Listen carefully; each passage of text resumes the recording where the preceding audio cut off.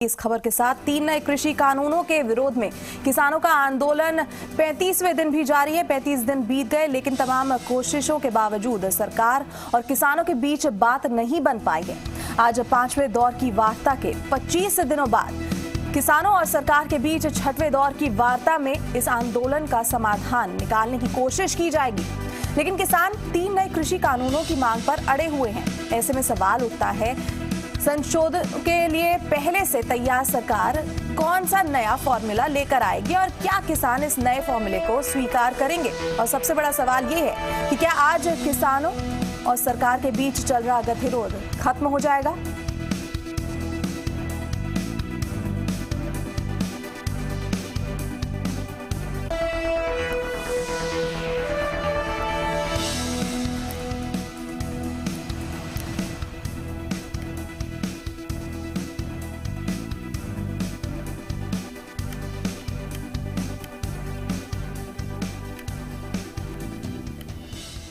तो 35 दिन बीत गए हैं, लेकिन तमाम कोशिशों के बावजूद भी सरकार और किसानों के बीच बात नहीं बन पाई है। और आज 5वें दौर के वार्ता के 25 दिन के बाद किसानों और सरकार के बीच 6वें दौर की वार्ता में इस आंदोलन का समाधान निकालने की कोशिश की जाएगी, लेकिन किसान 3 नए कृषि कानूनों की मांग पर अड़े हुए हैं। ऐसे में सवाल उठता है कि संशोधनों के लिए पहले से तैयार सरकार कौन सा नया फॉर्मूला लेकर आएगी और क्या किसान इस नए फॉर्मूले को स्वीकार करेंगे?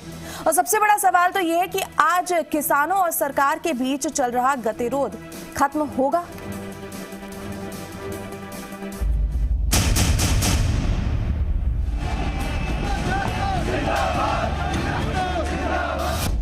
आज आखिरी संवाद, खत्म होगा विवाद।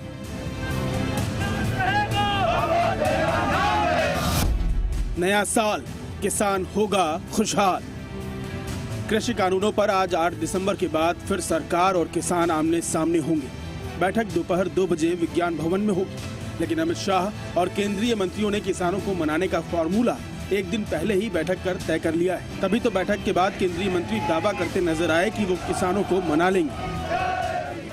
तो बैठक होगी, उसके अंदर हम आशावान हैं और सफलता मिलेगी कि एक समाधान तक पहुंच सकें। अगर वो किसान की नजर से आएंगे और किसान के चश्मे से देखेंगे तो निश्चित रूप से परिणाम आएगा। वहीं सरकार संग बैठक में पहली बार 42 किसान संगठनों के नेता मौजूद रहेंगे। राकेश टिकैत भी पहली बार बैठक में शामिल हो सकते हैं। 4 सूत्रीय एजेंडे के अलावा किसान अपने साथ 20 पन्नों की मांग की कॉपी भी ले जाएंगे।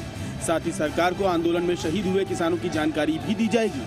सब मिलाकर आज सुलह का फॉर्मूला निकालेंगे। हालांकि कृषि कानून पर बैठक से पहले ही अलग अलग सुर सुनाई पड़ रहे हैं।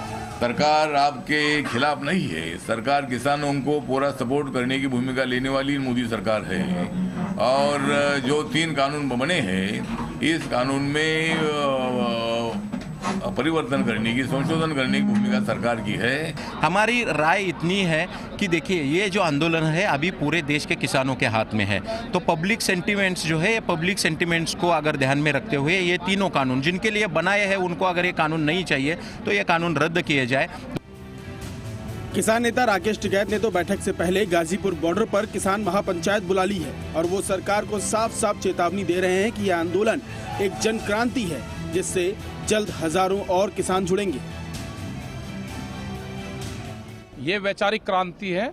इस क्रांति को आप बंदूक से दबाओगे तो एक क्रांति चिंगारी बनेगी।